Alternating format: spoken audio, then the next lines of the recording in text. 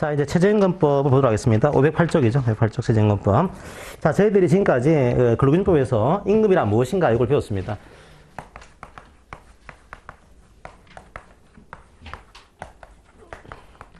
자, 우리가 임금이란 무엇인가 이걸 배운 다음에 그 다음에 뭘 배웠냐면 요 임금에 해당했으면은 이걸 가지고 퇴직급여를 어떻게 주는 거냐 여기에 대한 평균 임금을 계산을 한번 해봤고요. 그 다음에 시간의 근로수당 어떻게 해야 되는 거냐 이걸 통상임금을 좀 봤어요. 자, 그 다음 봐야 될 게 우리 2차 범위에 들어가지 않지만 이게 최저임금을 봐야 됩니다. 굉장히 중요하죠. 최저임금은 우리나라에서는 최저임금이 사실상 많은 업종에서 표준적인 임금으로 작동을 하고 있습니다. 이게 단순한 최저임금이 아니고 엄청나게 중요한 임금으로 작동이 되고 있거든요. 근데 이거 왜 봐야 되는 거냐 그죠? 이걸 봐야 되는 이유가 이게 바로 최저임금법이에요. 그러니까 서로 간의 임금의 용도가 다른 겁니다. 평균임금은 기본적으로는 퇴직급여를 지급해야 하는 용도, DB형이나 어떤 퇴직금 이걸 지급하는 용도를 가지고 있고요. 통상임금은 오버타임 수당을 지급하기 위한 용도 이걸 가지고 있습니다. 최저임금은 뭐 그런 차보다도 최저임금법을 지켰는지를 따져보는 용도 이런 용도로서 작동이 되고 있습니다. 물론 수많은 이제 정부 지원금에서 최저임금을 기준으로 하는 경우도 많긴 한데 1차적으로는 이 법 위반하게 되면 형사처벌이 들어갑니다. 그러니까 처벌조항이 들어가니까 이걸 지켜야 되는 거죠. 그럼 과연 우리 회사가 최저임금을 지급하고 있는 거냐 따져보셔야 돼요. 자, 그때 첫 번째로 이 최저임금의 정의를 보셔야겠죠. 최저임금 정의. 누구한테 적용하는 거냐? 2번입니다. 근로기준법과 똑같아요. 근로기준법상의 사용자, 근로기준법상의 근로자, 근로기준법상의 임금 똑같습니다. 그러니까 어차피 근로계약을 체결한 사람에 대해서 요 임금을 지급하라는 거니까 정의조항을 다르게 둘 필요가 없는 거죠. 똑같은 정의조항을 두고 있습니다. 자, 두 번째, 그러면 최저임금은 누구한테 적용이 되는 걸까요? 사업장은요, 모든 사업장이에요. 자, 근로자를 사용하는 모든 사업 또는 사업장에 적용되는 구조입니다. 자, 그렇게 일하시고요. 그 다음에 적용이 안 되는 사업장도 있죠. 동거하는 친족만을 사용하는 사업 또는 사업장. 그 다음에 가사 사용인도 이 법에 따르면 적용이 안 됩니다. 안 되는데 이건 뭐 시험 범위가 아니니까 여담으로 말씀드리면은 우리가 가사 노동자 보호법이 만들어졌습니다. 그래서 정부에서 인증해준 기관하고 계약한 그런 가사 사용자는 최저임금 적용합니다. 이제 하는데 이 법상으로는 빠져 있으니까 굳이 생각하지 마시고. 말씀 안 드리긴 낫나? 등간에 이 법에서는 최저임금을 빠집니다. 적용 안 하고 있고요. 그 다음에 선원법에 따른 선원이라든지 선박 소유자도 적용하지 않습니다. 왜 적용하지 않는가 하면 선원법에 더 좋아요. 조건 자체가. 그러니까 최저임금보다도 더 좋은 조건으로 돈을 주는 임금을 지급하는 그런 제도가 있습니다. 그래서 굳이 이 법을 적용해야 될 필요가 없는 거죠. 그러니까 적용 안 되는 것이 한 3군데 있다라고 하는 거 이해하시고요. 그 다음에 또 한 가지는 우리 회사는 적용된다고 하더라도 요 근로자들은 적용이 안 되는 근로자가 있어요. 적용 제외 근로자가 있습니다. 그 부분은 적용되더라도 이 사업장은 적용되더라도 요 근로자는 적용이 되지 않는 그런 분들. 자, 이게 노동부 장관의 인가가 필요하고요. 정신장애나 신체장애로 근로능력이 현저히 낮은 분, 혹은 그 밖에 최저임금을 적용하는 것이 적당하지 않다고 인정되는 분으로서 노동부 장관의 인가를 받은 사람, 아주 이제 장애 정도가 심하신 거죠. 그래서 노동부 장관의 인가를 받게 되면은 아예 최저임금 적용을 배제할 수 있습니다. 이게. 그러니까 인가가 그래서 중요한 거죠, 이게. 그러니까 경우에 따라서는 인가를 잘못하게 되면 이게 그 노동권 남용이 될 수도 있습니다. 경우에 따라서는. 장애인이라는 것을 이유로 해서 아주 심각한 인권 침해가 될 수 있는 가능성도 생길 수 있는 거죠. 그래서 인가가 중요한 겁니다. 노동자는 인가를 받아야지만 그렇다고 하는 거.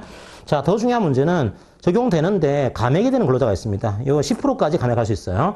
즉, 최저임금 100% 지급해야 되는데 90%만 지급하더라도 괜찮다. 이런 분이 있습니다. 자, 잘 보셔야 돼요. 10% 감액인데 누군가 하면은 수습 근로자입니다. 수습 근로자를 의미가 하는 게 3개월을 얘기해요. 3개월. 그래서 수습일로부터 3개월 이내인 사람. 그러니까 3개월 이내에 수습 근로자인 경우에는 최저임금 100%가 아니고 90% 지급하는 것이 가능하다 이렇게 만들어 놨어요. 그러니까 이렇게 하는가 하면 수습 기간이다 보니까 아무래도 이제 생산성이 떨어지는 기간입니다. 일을 배워야 되는 시간 거니까 한 3개월까지는 서로 간에 좀 이제 고려해가지고 한 10% 감액하는 것을 인정하자 예외를 만들어 둔 거예요. 자, 주의해야 될 거. 그 모든 수습 중인 3개월 이내 근로자가 90%를 지급할 수 있는 거냐? 그렇지 않고 예외가 있어요. 무조건 100% 지급해야 되는. 자, 이 경우에 무조건 90%가 아니고 예외적으로 만약에 계약 기간이 1년 미만이다 이거예요. 1년 미만의 계약 기간.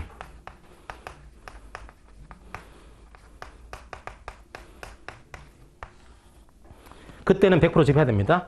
그러니까 예를 들면 제가 계약을 6개월 했어요. 6개월 계약했는데 그중에 한 3개월은 배워야 되는 시기니까 한 3개월은 90% 지급하겠습니다. 이렇게 하게 되면 이게 벼룩에 간을 빼먹는 거죠. 그게 너무 짧은 시간인데 그 시간까지도 3개월은 90% 이렇게 하기에는 타당하지 않는 겁니다. 그래서 계약 기간이 1년이 안 되고 있는 근로자 같은 경우에는 무조건 100% 지급해야 되고요. 요걸 적용하지 않겠다는 거예요. 그 다음에 또 한 가지는 1년 이상 계약을 했다고 하더라도 단순 노무 하시는 분들,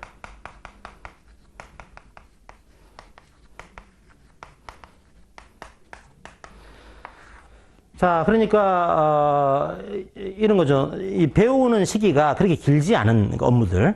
그러니까 왜 3개월 동안은 90% 지급하도록 했냐면 배워야 되기 때문에 생산성이 떨어지는 겁니다. 그래서 좀 배우는 시간은 90%까지 가능하다 했는데 이 업무는 배우기가 쉬워요. 그러니까 한 하루 이틀이면 배우는 그런 업무입니다. 그런 경우까지 3개월은 이제 감액하겠다. 이건 맞지가 않는 겁니다. 그래서 단순한 노무를 하시는 그런 분들은 무조건 설사 1년 이상 계약을 했다고 하더라도 설사 3개월 이내에 수습기간을 뒀다고 하더라도 무조건 100% 지급을 해야 됩니다. 이게. 자, 요거는 여러분들이 상세히 볼 필요는 없어요. 요거는 통계청 사이트 가시면은 단순 노무 그런 분류가 있거든요. 큰 대분류가 군데 거기에 나가는 여러분이 아시는 알바하는 근로자들은 거의 여기 들어갑니다. 주로 편의점, 주유소 이런데 다 들어가요. 자, 그분들은 무조건 100% 지급하도록 하고 있습니다. 그렇게 예외적으로 두 분들은 100% 지급해야 된다. 이해를 하시면 되겠습니다. 자, 그렇게 이해를 하시면 될 것 같고요. 옆에 한번 509 쪽에 오셔가지고 14번 문제 한번 풀어보고 일단요. 509 쪽에 가운데 문제 14번 문제 한번 풀어보겠습니다.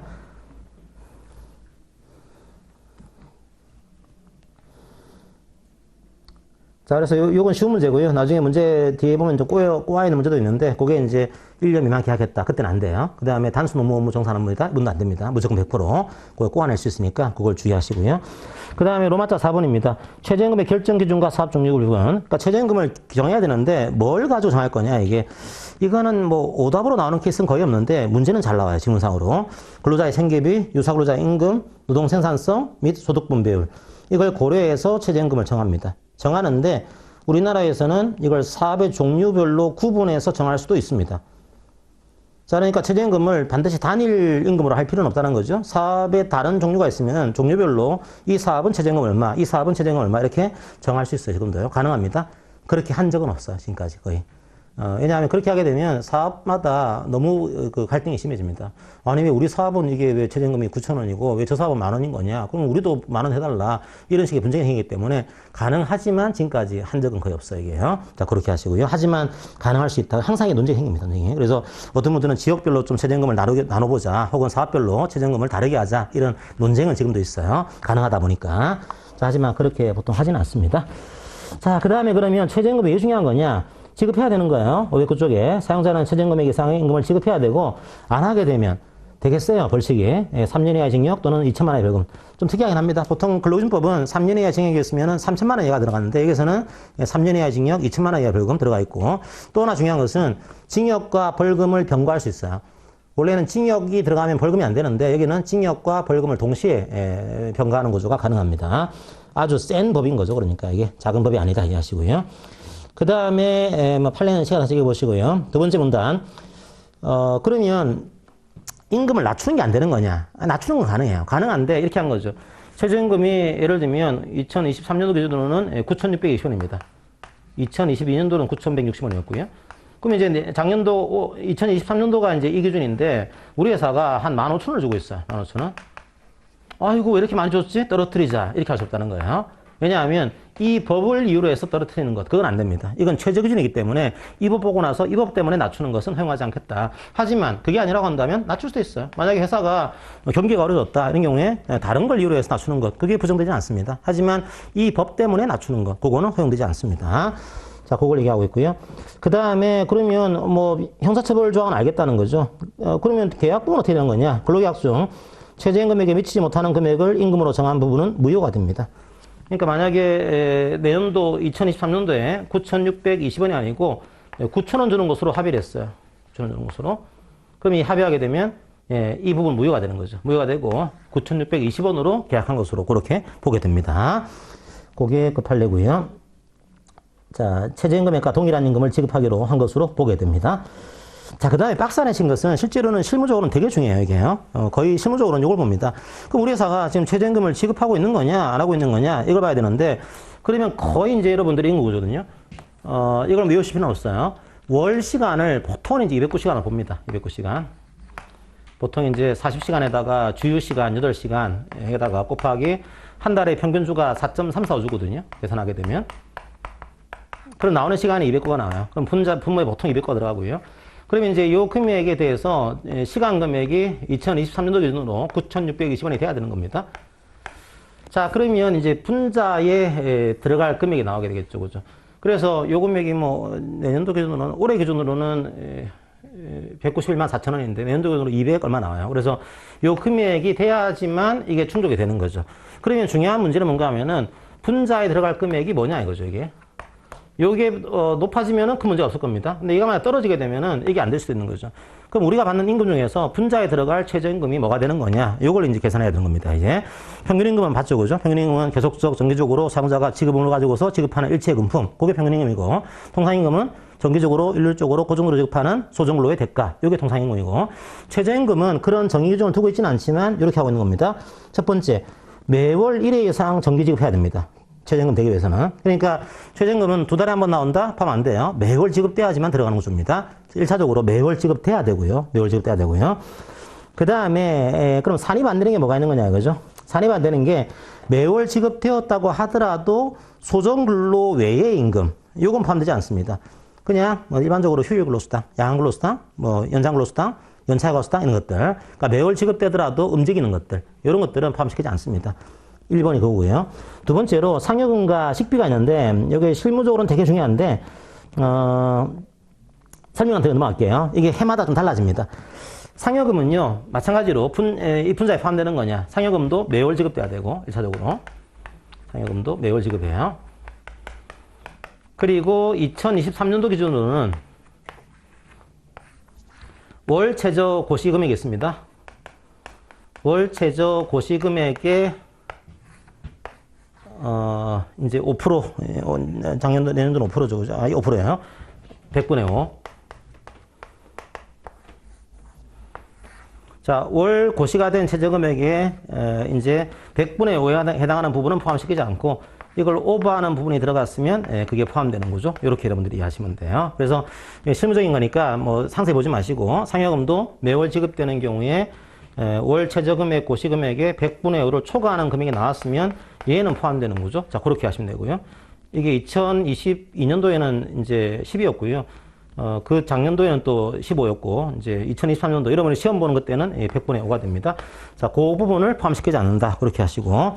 그 다음에, 3번을 보시게 되면, 복리후생적인 이름을 가지고 있는, 우리나라에서 통상임금이나 평균임금은 임금에 대해서 명칭을 안 봐요, 이게. 어떻게 지급되고 있는 거냐, 이걸 보는데, 최저임금은 명칭을 봅니다, 최저임금은. 최저임금은 복리후생적인 이름을 가지고 있냐? 봐요. 그래서 식비, 대표적으로 숙박비, 교통비, 이런 식의 복리후생적인 이름을 가지고 있는 그런 임금. 자, 이런 경우가 분자에 포함되는 거냐? 첫 번째, 통화 외의 것으로 지급한 것은 포함시키지 않습니다. 예를 들면 밥 포함시키지 않아요. 숙박비가 아니고 숙박 포함시키지 않습니다. 무조건 돈으로 지급해야 되고요. 그 다음에 무조건 이런 복리후생급여도 매월 지급돼야 돼요. 매월 지급. 자, 그러면 얼마를 포함시키는 거냐? 2023년도 기준, 여러분이 시험 볼 때 기준. 시험 볼 때 기준으로는 월 최저 고시금액의 100분의 이제 1이 되는 구조입니다. 그래서 100분의 1. 요 금액에 100분의 1은 포함시키지 않고요. 요걸 초과하는 금액이 나오면 여기 한 2만 원 나오거든요, 이게 거의. 그래서 뭐 만약에 우리가 20만 원 드리고 있다 그러면 2만 원은 포함시키지 않고 18만 원은 포함되는 그런 거 좀 만들어지는 겁니다. 그래서 요거는 포함시키지 않고 요걸 초과하는 금액은 포함된다라고 하는 거 그렇게 하시면 되겠습니다. 이게요, 여러분들이 2024년도가 되게 되면 이게 0이 돼요. 그러니까 2024년도가 되게 되면 상여금을 매월 지급하게 되면 다 포함됩니다, 이게. 지금은 좀 빠지는 게 있죠. 그 다음에 복리후생급여도 2024년도가 되게 되면은 이게 0이 돼요. 그러니까 다 포함되는 거죠. 매월 지급되는 복리후생급여도 다 포함되는 거죠. 하지만 여러분이 시험 올 때는 상여금은 100분의 5, 복리후생급여는 100분의 1이 포함되지 않는다. 그렇게만 기억하시고, 실무적으로는 나중에 시간 나실 때 한번 보시기 바랍니다. 자, 그 다음에, 510쪽에, 또 가끔 나오는 것 중에 하나가 가운데 보시면요. 일반 택시 운송사업에서 운전 업무에 종사하는 근로자의 최저임금 범위는 생산고에 따른 임금을 제외한다. 이런 표수가 있습니다. 그러니까 분자에 포함되는 임금에서 뭐 빠지는가 하면 생산고에 따른 임금을 제외시켜요. 근데 원칙은요. 아니거든요. 일반 사업은 요 분자에 생산고에 따른 임금을 포함시킵니다. 그러니까 이건 뭔가 하면은 생산을 많이 했으면 더 주는 임금 이런 게 포함되는 구조예요. 그런데 택시 업종은 생산고에 따른 임금을 제외시킵니다. 이게 뭐가 될까요? 일반적으로 이게 주로 초과운송 수익금이 돼요. 그러니까 택시 업종은 산학금을 제외한 나머지 더 지급하는 그런 거, 그거는 분자에서 빠집니다. 이게. 그래서 다른 업종은 생산고에 따른 임금을 포함시키는데 택시 업종은 생산고에 따른 임금을 제외하는 식으로 하다 보니까 산학금을 초과한 초과운송 수익금이 빠지는 거예요. 그러니까 최저임금 위반 가능성이 커지게 됩니다. 이게 분자가 작아지는 구조인 거죠. 그것 때문에 여러 가지 뭐 이상한 게 또 나오고 문제가 생기는 겁니다. 그래서 어쨌든 간에 그게 제외된다고 하는 거 택시 업종은 그거 하나 기억하시고요. 그 다음에 또 밑에 그 조항을 보시면은 도급인이 책임져야 될 사유로 수급인이 근로자에게 최저임금액에 미치지 못하는 임금을 지급한 경우에 도급인은 해당 수급인과 연대 책임진다. 이게 무슨 말인가 하면 도급 계약을 한 거죠. 여기가 이제 도급인, 자 여기가 이제 수급인의 근로자, 여기가 최저임금을 지급 못한 겁니다. 그럼 책임져야겠죠, 그죠? 근데 수급인도 할 말이 있는 거예요. 아니, 내가 최저임금을 주고 싶은데 이 사람이 도급 금액을 최저임금보다 못한 금액으로 도급 금액을 지급하는 바람에 내가 못 준 거다. 그럼 이 사람이 제때 그런 도급 금액에 대한 것들을 못 줬기 때문에 내가 못 준 겁니다. 그러면 이 사람도 연대 책임지도록 그렇게 하고 있는 거예요. 약간 최저임금에 대한 그 책임 범위를 좀 넓히고 있는 겁니다. 자, 그걸 얘기하고 있다. 연대 책임지는 것으로 얘기하고 있다. 책임 범위가 이제 박스 안에 적어놨죠. 뭐 최저임금액에 미치지 못하는 뭔가를 지급했다. 이 경우. 그러니까 당신이 나한테 최저임금보다 못하는 걸 지급했기 때문에 내가 최저임금 못 준 겁니다. 이 경우에는 도급인도 함께 책임져라. 이 내용을 만들어낸 겁니다. 자, 그렇게 하시고요. 나머지는 한번 읽어보시면 되겠습니다. 그 다음에 최저임금액의 단위. 그럼 최저임금을 어떻게 정해야 되는 거냐? 시급, 1급, 주급, 월 단위. 그러니까 시간급, 1급, 주급 또는 월 단위를 해서 정할 수 있고요. 만약에 1주, 월을 단위로 해서 정할 때는 시간급으로도 표시해야 됩니다. 시간급으로 표시해야 된다. 그러니까 이게 2022년도 기준으로는 이제 시간급이 이제 9,160원이거든요. 그럼 월은 이제 191만 4,440원이에요. 그러면 그 191만 4,440원을 정하게 되면은 시급은 얼마다? 이것도 표시해야 되는 겁니다. 시급은 이제 9,160원. 내년도는 이제 시급이 올라갔죠. 9,620원으로 올라간 겁니다. 자, 그렇게 하시고요. 나머지는 한번 읽어보시면 되겠습니다. 그럼 최저임금 이제 알려야 돼요. 주지시켜야 됩니다. 11조. 근로자가 쉽게 볼 수 있는 장소에 게시하거나 그 외의 방법으로 근로자에게 널리 알려야 돼요. 그래서 여러분도 혹시나 이제 그 편의점이라든지 어디 햄버거 가게 그 알바하는 친구들 보면은 여기 붙어 있는 거 볼 수 있어요. 가끔씩 이제 보면은 최저임금 얼마 이렇게 붙어 있는 겁니다. 그게 이제 요조항 때문에 알리도록 하고 있는 겁니다. 자, 그렇게 알려야 된다. 그렇게 하시고요. 그 다음에 뒤에 오시면은 최저임금의 결정고시가 나오는데 이 결정고시는 여러분이 다 볼 수 없을 거예요. 너무 많아서 여기 공무원 시험에서는 꽤 나오는데 노무사 시험에서는 그냥 한 가지. 언제까지 결정해야 될까요? 매년 8월 5일까지. 매년 8월 5일까지. 그러니까 매년 8월 5일까지 노동부 장관이 결정합니다. 중요한 거죠. 결정은 노동부 장관이 해요. 근데 누가 이걸 심의 의결해 줍니다. 심의 의결하는 기구가 최저임금위원회예요. 그럼 최저임금위원회가 이걸 심의 의결해서 노동부에게 넘기면은 노동부 장관이 결정해서 고시하는 구조입니다. 그럼 이게 뭐 재심의 재의결도 있긴 한데 요것까지는 여러분들이 지금 볼 그런 시간이 없을 것 같아요. 그래서 최저임금위원회가 심의를 하게 되면은 매년 8월 5일까지 이 최저임금을 결정해서 노동부 장관이 고시합니다. 그럼 고시가 된 것들은 513쪽에 메뉴에 지체 없이 그 내용을 고시해야 되고요. 결정하게 되면. 그러니까 여러분들이 뭐 이미 8월 5일 전까지는 내년도 최저임금을 알고 있는 거예요. 이미 고시가 돼 있는 거니까. 그걸 가지고 이제 조사하는 겁니다. 이제 확인하는 거예요. 그 다음에 이 결정됐으면은 바로 효력이 있는 게 아니고 그 다음에 1월 1일부터 효력이 발생합니다. 결정해가지고 고시하게 되면 이건 2023년도, 2024년도 1월 1일자로 효력 발생합니다. 이렇게 되는 거죠. 자, 1월 1일부터 효력이 발생하고요. 근데 또 한 가지는 효력 발생 시기를 따로 정할 수도 있습니다. 경우에 따라서는. 노동장관은 사업의 종류별로 뭐 필요하다고 인정하면은 효력 발생 시기를 따로 정할 수 있다. 예, 할 수는 있어요. 그렇게 한 적은 없어, 지금까지. 이거 하게 되면 또 난리가 나요, 또. 워낙 이게 서로 간에 입장차가 다르다 보니까 다르게 할 수가 없는 거예요. 그렇게 하시고. 그러면 또 한 가지 중요한 것이 최저임금위원회가 이거를 심의를 하는 겁니다. 그럼 최저임금위원회, 공무원 시험에서는 잘 나와요. 잘 나오는데 노무사 시험은 그렇게 자주 나오지는 않습니다. 몇 명이 구성되는지 구성되는 인원만 좀 보시면 좋을 것 같아요. 근로자 대표위원 9명, 사용자를 대표하는 위원 9명, 공익을 대표하는 위원 9명으로 구성됩니다. 자, 근로자위원 9 이렇게 된 거예요. 9. 자, 그렇게 이해하시고, 자, 이게 의결 정족수만 좀 보도록 하겠습니다. 맨 밑에, 회의에 맨 밑에 보시면은 제적위원 과반수 출석과 출석위원 과반수 찬성으로 의결하는데, 잘 보시게 되면요. 근로자위원과 사용자위원 각 3분의 1 이상의 출석이 있어야 됩니다. 그러니까 이게 전체 과반수로만 하게 되면 한쪽을 배제할 수 있어요. 경우에 따라서는. 근로자위원 빠지더라도 될 수 있는 거죠. 과반수가. 그것 때문에 각 과반수가 3분의 1 나와야 될 때는요. 근로자위원 3분의 1, 사용자위원 3분의 1 나와야 되고, 근데 나와야 되는데 안 나와요. 2회 이상 출석 요구를 받고도 나오지 않습니다. 그러면요. 요거 배제하고 그냥 과반수 출석으로 할 수 있습니다. 그래서 보통 최저임금 어떻게 될까요? 보통은 이제 잘 안 돼요. 이게 안 돼가지고 노동계를 빼고 이제 경영계를 빼고 보통 이제 의결합니다. 이게. 왜냐하면 이게 잘 안 돼. 반대하거든요. 아니 왜 9,100원이 뭐야? 하면서 이제 말은 해야지. 뭐 사용자 입장에서는 아니 동결도 부족한 마당에 무슨 뭐 5% 인상하냐? 이게 맨날 이어지는 일입니다. 이게 그래서 잘 안 돼. 안 되기 때문에 원래 구조는 이런데 뭐 이 근로자위원 사용자위원이 함께 참석해서 의결하는 케이스는 제가 볼 때는 그렇게 많지는 않았다 지금까지. 그렇게 하시면 돼요. 자, 그 구조는 좀 이해하시고요. 구조는요. 3분의 1이 출석해야지만 할 수 있는데 2회 이상 안 나오게 되면 그냥 할 수 있다. 이렇게 이해하시면 되겠습니다. 나머지는 한번 쭉 읽어보세요. 자, 그 정도만 뭐 최저임금 보시면은 어느 정도는 뭐 될 것 같습니다. 혹시 제가 설명 안 드린 것들은 기출문제 좀 읽어가시면서 이제 참조를 하시면 될 것 같아요. 자, 문제 하나 풀어보고 이제 넘어가도록 하겠습니다. 이 최저임금법은 공무원 시험에서 잘 나와요. 공무원 시험에서. 공무원 시험이 거의 최저임금이 7급 공무원이라든지 9급 공무원에서 거의 한 두세 문제 나오거든요. 많이 나와서 기출이 많습니다. 그것도 풀어보시고요. 이번 시간은 노무사 시험만 한번 보도록 하겠습니다. 자, 520쪽에 4번 문제 풀어볼까요? 520쪽에 4번 문제. 그거 하나 풀고 이제 다음 파트로 넘어가겠습니다.